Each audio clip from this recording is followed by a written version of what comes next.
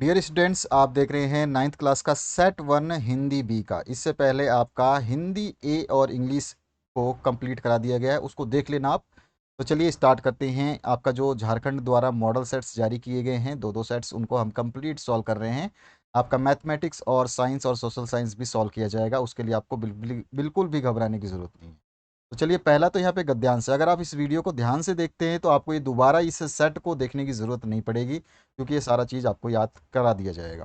तो यहाँ पे एक पैसेज दिया गया है जिसको आपको पढ़ना है। ऐसा ही पैसेज आपको देखने को मिलेगा, हो सकता है पैसेज चेंज हो या फिर ऐसा ही पैसेज आएगा।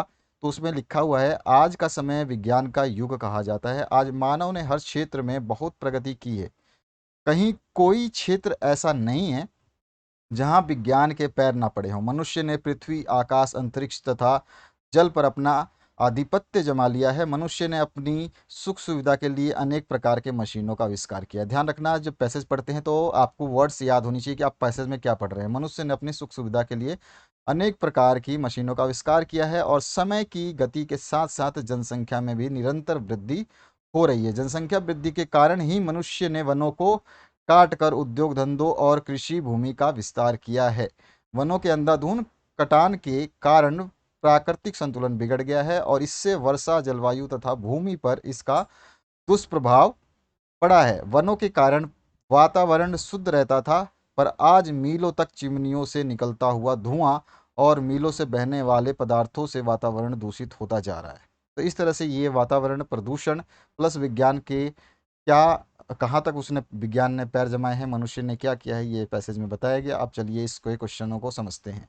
इस क्वेश्चनों को समझने से पहले मैं आपको दिखा दूं, इधर साइड में आप ये देख रहे हैं एक वीडियो दिखाई दे रहा है, यानी कि थंबनेल दिखाई दे रही है।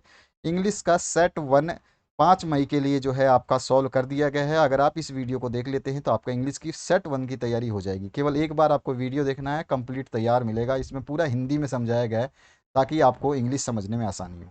तो चलिए स्टार्ट करते हैं। ये वीडियो ज़रूर देख लेना। वीडियो का जो प्लेलिस्ट है वो इस वीडियो के डिस्क्रिप्शन में भी है, और इस वीडियो के एंड में भी प्लेलिस्ट स्क्रीन पे ऐसे जैसे आपको ये दिखाई दे रही है, ऐसे ही आएगा, और इस पर टच करोगे तो आपका जो है प्लेलिस्ट खुल जाएगा। इस पर टच कर देना उंगली से तो खुल जाएगा, लेकिन वीडियो के एंड में आएगी प्लेलिस्ट, आपके सामने आएगी, आप देख लेना।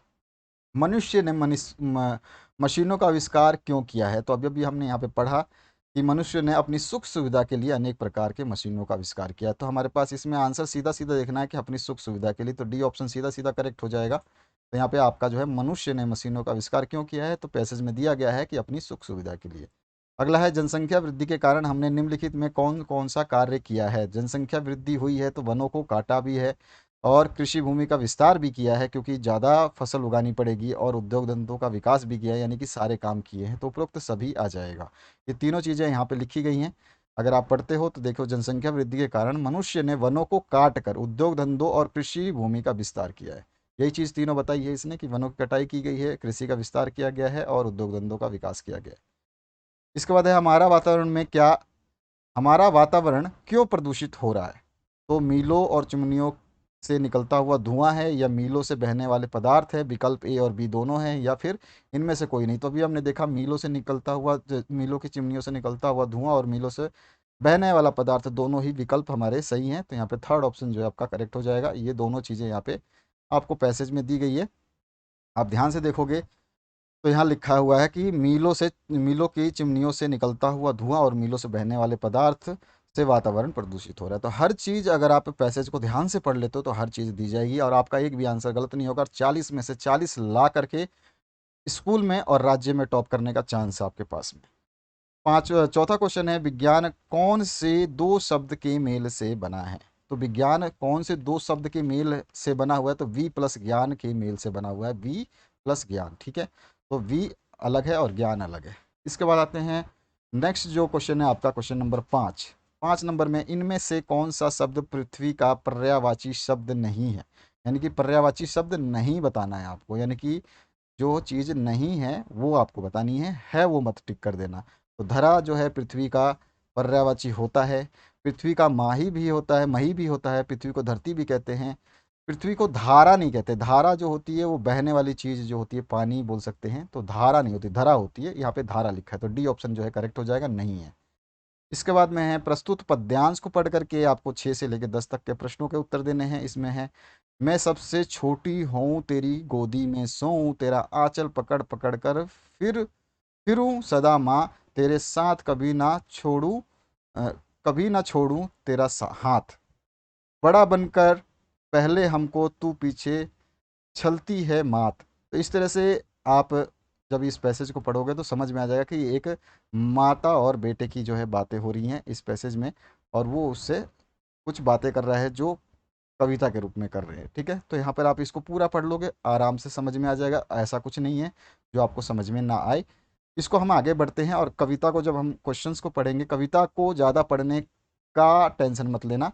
हाँ, पैसेज जरूर पढ़ना, पैसेज आसान होता है समझने में, कविताओं में दिक्कत होती है, लेकिन कविता जब आप क्वेश्चन पढ़ोगे तो कविता पूछना है। तो इस कविता का एक शीर्षक दीजिए। तो कविता का शीर्षक आपको देखने से ही पता चल रहा है कि इसमें माँ की बातें हो रही हैं। तो यहाँ पर जो है कौन सा आंसर आ जाएगा, सी ऑप्शन करेक्ट हो जाएगा, माँ। इसके बाद हम 7वें क्वेश्चन पे आते हैं, कविता में कौन सी इच्छा व्यक्त की गई है। तो यहाँ पे इच्छा कौन सी व्यक्त की गई है ये आपको बताना है। तो यहाँ पे आप इच्छा देख रहे हो, तो इसमें इच्छा में जो है आंचल की छाया में रहना चाहती है, इसने नहीं खोना चाहते हैं, ठीक है, बड़ा नहीं होना चाहते हैं। तो यहाँ पे सब कुछ है। तो देखो, इसने नहीं खोना, आंचल की छाया में छिपी रहना, और कभी हाथ ना छोड़ना, यानी कि उपरोक्त सभी जो है इसमें आ रहे हैं। तो सारी इच्छाएं व्यक्त हुई हैं, तो डी ऑप्शन करेक्ट हो जाएगा। इसके बाद आते हैं 8वें क्वेश्चन पे। 8वां क्वेश्चन है, कविता में सबसे छोटी होने की कल्पना है क्योंकि। तो होने की कल्पना क्यों की गई छोटे होने की, तो इससे हमें क्या मिलेगा, तो छोटे होने से जो है माँ का साथ मिलता रहे, और बड़ा भाई उपहार दे, और माँ का प्यार मिलता रहे। तो इसमें से कौन सा सही आपको विकल्प लग रहा है, तो माँ के बारे में ही है, और माँ का प्यार मिले, ये भी सही है। तो यहाँ पर विकल्प ए और सी दोनों सही है, तो हमारा विकल्प ए और सी जो दोनों सही हैं, तो यहाँ पे डी ऑप्शन करेक्ट हो जाएगा। इसके बाद है, निर्भय शब्द से क्या तात्पर्य है। निर्भय, निर्भय मतलब जो डरता नहीं है, निर्भय बोलते हैं उसको। तो यहाँ पे कौन सा सही है, तो डर से रहित, जो है डर रहित यानी बिना डर के। तो बी ऑप्शन जो आपका करेक्ट हो जाएगा।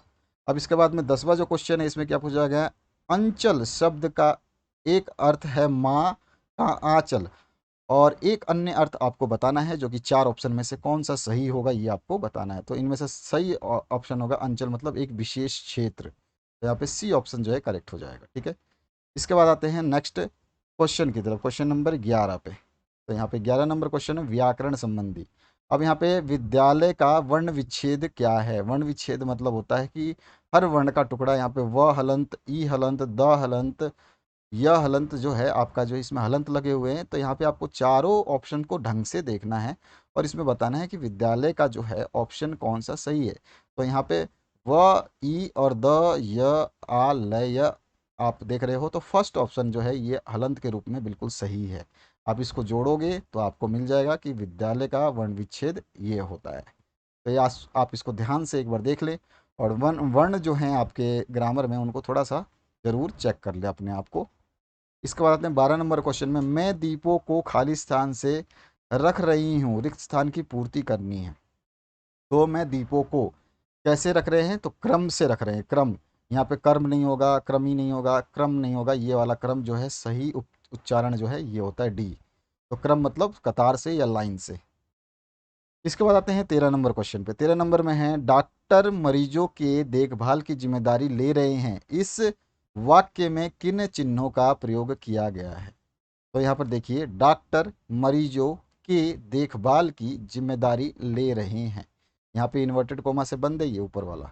अब यहाँ पे आपको एक और देखना है कि इसमें करा क्या गया है, मतलब पूछ क्या रहा है आपसे कि इसमें कौन से जो है चिन्ह का प्रयोग किया गया है। तो यहाँ पर देखो, ये वर्ड डॉक्टर के ऊपर जो है आपका अर्धचंद्रकार बिंदु भी है, नुक्ता भी है इसमें, उसके अलावा केवल बिंदु भी है इसमें। ठीक है, यहाँ पे जैसे मरीजों, यहाँ पे बिंदु भी है। तो यहाँ पे सारे के सारे उपरोक्त सभी सही हैं, तो यहाँ पे डी ऑप्शन करेक्ट हो जाएगा। इसके बाद आते हैं 14 नंबर क्वेश्चन पे। उसे सफलता अवश्य मिल जाएगी क्योंकि वह खालिस्तान कर रहा है।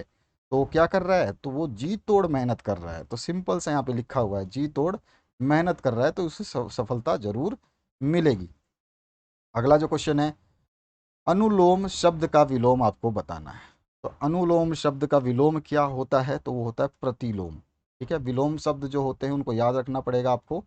तो अनुलोम का होता है प्रतिलोम, ए ऑप्शन जो है करेक्ट हो जाएगा। 16 नंबर क्वेश्चन की बात करते हैं। तो 16 में क्या पूछा गया आपसे, ये देखिए। 16 में पूछा गया उपसर्ग का प्रयोग होता है। तो उपसर्ग और प्रत्यय दो चीजें होती है, उपसर्ग आगे लगता है या पीछे, तो आगे लगता है, और प्रत्यय लगता है पीछे। तो शब्द के आरंभ में लगने वाले जो शब्द हैं वो उपसर्ग कहलाते हैं। तो ये आपका फर्स्ट ऑप्शन करेक्ट हो जाएगा। उसके बाद है 17 नंबर क्वेश्चन। 17 में आपसे पूछा गया लेखक शब्द में कौन सा प्रत्यय है। अब देखिए इसमें प्रत्यय पूछा, प्रत्यय जो है पीछे लगता है, उपसर्ग जो है ये आपका आगे लगता है, प्रत्यय जो है पीछे लगता है। तो यहाँ पे प्रत्यय पीछे लगेगा लेखक। तो यहाँ पे कौन सा सही ऑप्शन है आपका लेखक के लिए। तो यहाँ पे जो है लेख अक, तो लेख अक जो है आपका फर्स्ट ऑप्शन जो है इसमें करेक्ट हो जाएगा। तो अक जो है इसका प्रत्यय है। ठीक है, अब आगे बढ़ते हैं नेक्स्ट क्वेश्चन की तरफ। अच्छा, अब क्वेश्चन पे बढ़ने से पहले मैं आपको बता दूं कि यहाँ पर जो है आपका सेट नंबर 2 इंग्लिश का वो भी सॉल्व कर दिया गया है। 5 मई का एग्ज़ाम जो होगा आपको एक साथ में पेपर देने होंगे, हिंदी और इंग्लिश के। प्रथम पारी में, दूसरी पारी में आपको गणित और साइंस का देना होगा। ठीक है ना। तो और नेक्स्ट डे आपको सामाजिक विज्ञान और अन्य विषय जो आपने लिया है, संस्कृत या होम साइंस या जो भी आपने विषय लिया है, उसका जो है आपको एग्ज़ाम देना होगा। तो इसको ज़रूर देख लें, ये सॉल्व कर दिया गया है इंग्लिश का सेट 2। ठीक है, 5 मई के लिए। सेट 1 अभी मैंने बता दिया था, सेट 2 आप देख सकते हैं। सभी चीज़ें आपको इस वीडियो के अंत में जो है प्लेलिस्ट के थ्रू मिल जाएंगी, और चाहे तो आप डिस्क्रिप्शन बॉक्स अगर आपको खोलना आता है तो वो भी खोल के देख सकते हैं। तो यहाँ पर जो है नीचे दिए गए पत्र को ध्यानपूर्वक पढ़ करके उत्तर देने हैं। तो पत्र है मेन रोड रांची 5 अप्रैल 2021। प्रिय सौरभ, सप्रेम नमस्ते। तो यहाँ पे प्रिय सौरभ को लिखा गया है, सप्रेम नमस्ते लिखा गया है। तो यानी कि अब देखिए पढ़िए, समझ में आ जाएगा। आज ही समाचार पत्र में तुम्हारे परीक्षा में सफल होने की खबर देखकर मुझे अत्यधिक प्रसन्नता हुई। तो यहाँ पर जो है आप का जो मित्रों के बीच में जो है बातें हो रही हैं, अपनी कक्षा में तुम्हें अपनी उल्लेखनीय सफलता मिली, जिससे तुमने न केवल विद्यालय की कीर्ति को बढ़ाया बल्कि अपने माता पिता और परिवार का भी सम्मान बढ़ाया। इस शुभ अवसर पर व्यक्तिगत तौर पर मैं मेरी और मेरे परिवार की ओर से हार्दिक बधाई स्वीकार करो। ईश्वर तुम्हें भविष्य में भी ऐसी सफलताएं प्रदान करता रहे। बुआ जी और फूफा जी को भी मेरी ओर से इस अवसर पर बधाई। तुम्हारा मित्र जो है अभय। अब यहाँ पर मित्र को पत्र लिखा गया है। तो देखिए जब भी मित्र को पत्र लिखते हैं तो हमेशा एड्रेस ऊपर आता है, जो भी पत्र लिखता है उसका। उसके बाद में हम जो है, और ये पत्र बहुत अच्छा लिखा गया है, तो इस पत्र को याद रखिए। 10वीं क्लास में आपको फिर से इस टाइप के पत्र देखने को मिलेंगे, और उसमें पत्र आपको लिखना होगा, जनरली लिखना होता है। ठीक है, और बाकी अगर एमसीक्यू वाले पेपर होंगे तो उस समय आपको दिक्कत नहीं हो।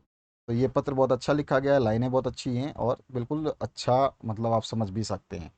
अब इसमें 18वां जो क्वेश्चन पूछा है, इसे आप किस प्रकार का पत्र कहेंगे।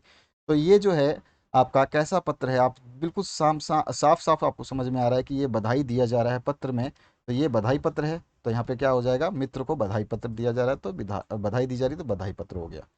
पत्र किससे लिखा गया है।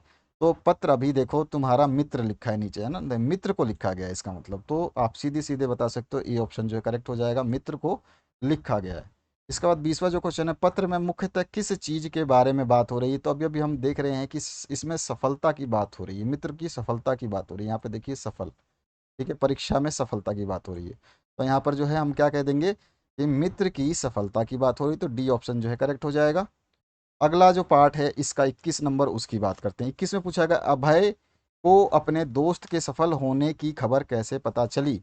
तो अगर आप इस पैसेज को पढ़ रहे हैं, ध्यान से देख रहे हैं, समझ रहे हैं, तो आपको ये बिल्कुल महसूस हो जाएगी। देखिए यहाँ पर आज ही समाचार पत्र में। ठीक है, अब यहाँ पे आपके पास में ऑप्शन है। अब अभय को अपने दोस्त के सफल होने की खबर का कैसे पता चला। तो विद्यालय के सूचना बोर्ड से, या समाचार पत्र से, या फिर आपका क्या कहते हैं, फ़ोन से, या फिर उसके पिताजी से। तो आप देखोगे आंसर में, तो यहाँ समाचार पत्र से देखने को मिलेगा। इसके बाद आपका जो नेक्स्ट है, पत्र के बारे में असत्य कथन आपको चुनना है, यानी कि जो पत्र में नहीं है या पत्र में नहीं बताया गया वो चीज़ पूछी जा रही है। तो यहाँ पर देखिए, सौरभ ने उल्लेखनीय सफलता प्राप्त की, सौरभ ने विद्यालय का यश फैलाया, और यहाँ पर जो है अभय के बुआ जी और फूफा जी को इस अवसर पर बधाई दी गई, उपरोक्त सभी। तो यहाँ पे जो कौन सा कथन सही है यहाँ पर आपको, सॉरी, कौन सा असत्य है ये बताना है। देखिए यहाँ पे आते हैं हम ऊपर, ये तुम्हारा मित्र अभय। तो अभय जो है तुम्हारा मित्र, यानी अभय ने पत्र लिखा है और बुआ जी और फूफा जी को मेरी ओर से अभय ने जो है उसको प्रणाम भेजा है, अवसर से बधाई भेजी है। यानी कि ये बुआ जी और फूफा जी किसके हैं? तो यहाँ पर जो है ये सौरभ के बुआ जी और फूफा जी हैं। ठीक है, तो सौरभ के हैं, लेकिन यहाँ पे क्या दिया गया है आप क्वेश्चन में देखो, अभय के बुआ जी, है ना। तो ये जो है ये आपका गलत कथन है, यही हमें बताना था कि इसमें गलत क्या है। ठीक है, अब चलते हैं अगले क्वेश्चन की तरफ। क्वेश्चन नंबर जो है आपका 23 में।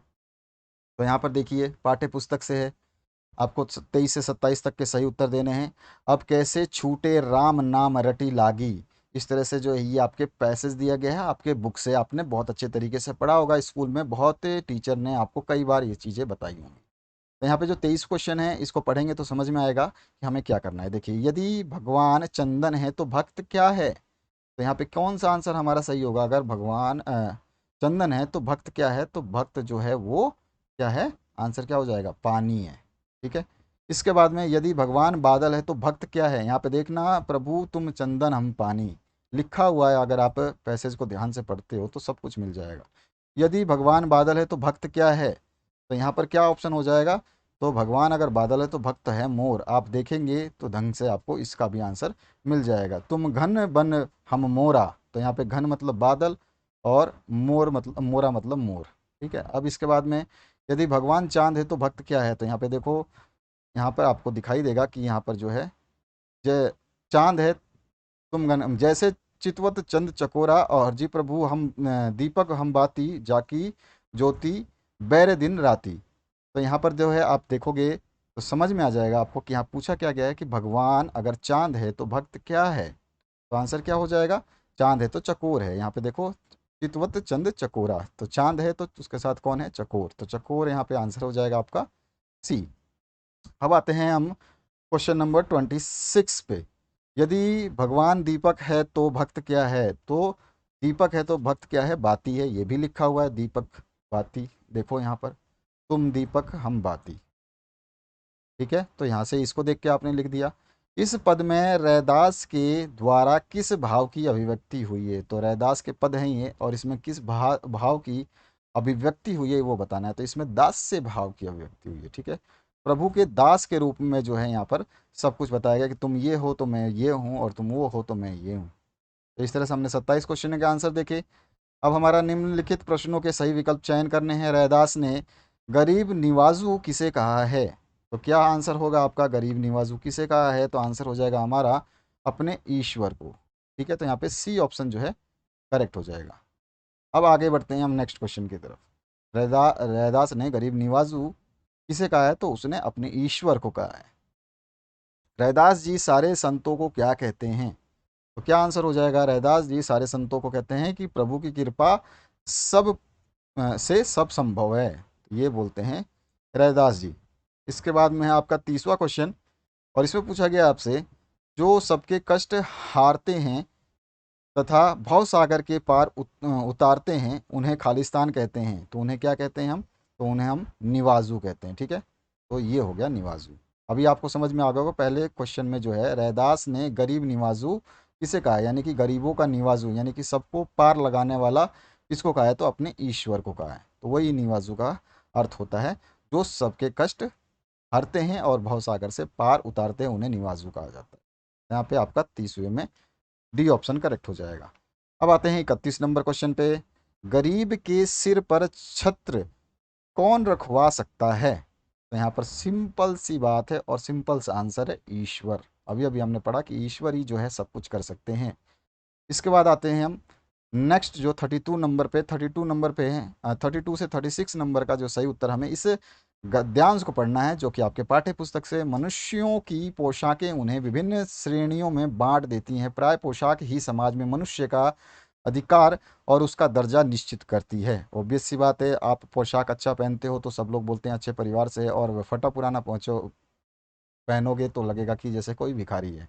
वह हमारे लिए अनेक बंद दरवाजे खोल देती है, परंतु कभी ऐसी स्थिति भी आ जाती है कि हम जरा नीचे झुककर समाज की निचली श्रेणियों की अनुभूति को समझना चाहते हैं, तो उस समय यह पोशाक ही बंधन और अड़चन बन जाती है। जैसे वायु की लहरें कटी हुई पतंग को सहसा भूमि पर नहीं गिर जाने देती, यानी कि आसानी से गिरने नहीं देती, हवा की लहरें उसको घुमाती रहती हैं उधर। उसी तरह खास परिस्थिति में हमारी पोशाक हमें झुक सकने से रोके रहती है। तो हमारी पोशाक पोशाक भी जो है कई चीज़ों में बाधा डालती है। तो यहाँ पर इस तरह का एक पैसेज दिया गया है, इसको आप अच्छी तरह से समझ गए होंगे। तो मनुष्य की पोशाक क्या कार्य करती है, अभी हमने पैसेज पढ़ा और समझा भी। तो इसमें मनुष्य की पोशाक क्या करती है, उनको विभिन्न श्रेणियों में बांट देती है ना। पोशाक जो है अलग अलग, अभी यही चीज़ बताई कि मनुष्यों की पोशाक उन्हें विभिन्न श्रेणियों में बांट देती है। हमारे बंद दरवाजों को कौन खोलता है, तो हमारे बंद दरवाजे को जो है पोशाक खोल लेती हैं। इसके बाद में पोशाक हमारे लिए बंधन कब बन जाती है, तो यहाँ पे क्या आंसर हो जाएगा, जब हम अपने से निचली श्रेणियों की अनुभूति को समझना चाहते हैं, तब हमारे लिए जो है पोशाक बंधन बन जाती है। ये बिल्कुल सीधा सीधा लाइन यहाँ पे लिखा हुआ है, ठीक है ना। इसके बाद देखो पोशाक ही बंधन है, जो हम अनुभूति को समझना चाहते हैं उस समय पोशाक ही बंधन है। अब अगला जो है हमारा क्वेश्चन, इसमें क्या पूछा गया है, अच्छा इसका हमने 34 का आंसर देख लिया। अच्छा हिंदी ए का सेट 1 है, जो जिस बच्चे के पास हिंदी ए है उनको आप ये वीडियो ज़रूर शेयर कर देना, दूसरों के साथ भी शेयर कर लेना। जिसको हिंदी ए देखना है वो भी हिंदी ए भी देख सकता है। सेट 1 कंप्लीट करा दिया गया है, सेट 2 आने वाला है। इसके बाद में है पोशाक की तुलना किससे की गई है, तो पोशाक की तुलना जो है वो की गई है कटी पतंग से।